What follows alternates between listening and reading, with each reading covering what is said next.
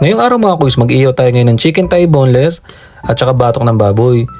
Linggo ngayon mga kuys, talagang pagod yung mga bata ngayon kasi every Sunday dito sa bahay namin talagang laba, tsaka Emilio Aguinaldo general cleaning talaga kami sa bahay. Everyday naman naglilinis pero pag linggo talagang binubusisi namin, nililinis talaga namin bahay, tsaka laba-laba talaga mga kuys yan.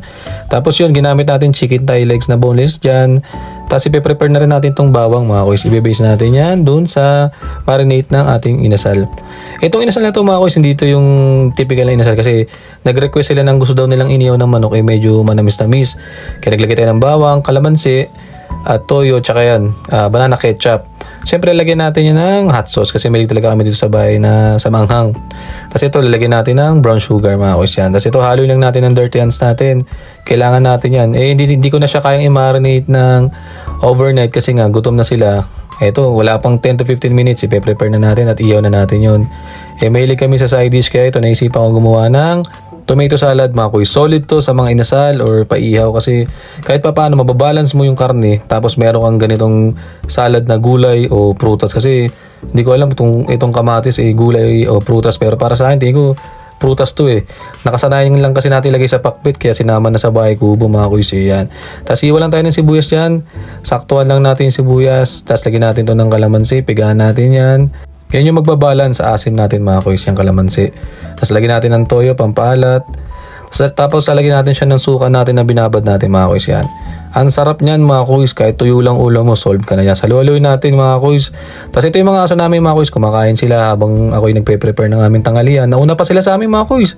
Biro mo aso, nauna pa man ang halian sa mga tao. Yan. Tapos ang kinakain nila dyan is kanin tsaka manok.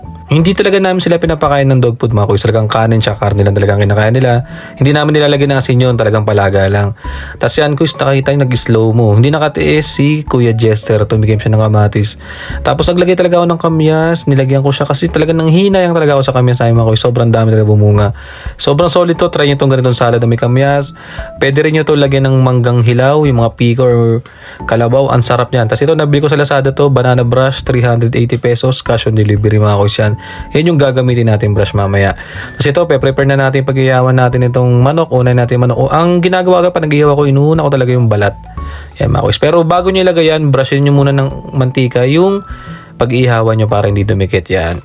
Mas mabilis nating maluluto to kuys kasi naka-fillet na siya tapos wala na siyang buto. Kumbaga ito naka-open na siya mga kuys Makikita mo kung hilaw pa siya.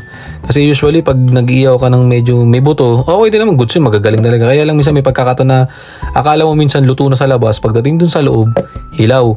Bad trip talaga mga kuys. Pero mo kumakain ka na tapos may makikita kang dugo.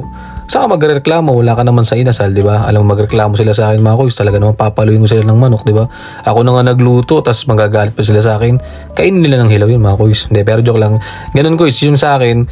Kaya gusto ko talagang mag-inasal ng ganitong pili kasi napakadali mga kuys Yan saglit lang siya. Maluluto mo na siya agad, di ba? Hindi mo na kailangan na katulad nung pagka medyo may buto siya, yung mga thigh part tsaka leg part na magkakabit sa inasal o sa kailangan talaga master mo talaga yun kasi minsan sa labas luto. Tapos pag bukas mo, pag kumakain ka na, may dugo, di ba?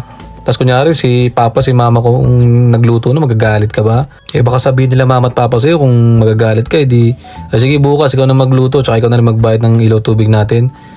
Talagang mag-sorry ka agad. Nakakatakot yung mga bayarin na yan mga kuys, di ba?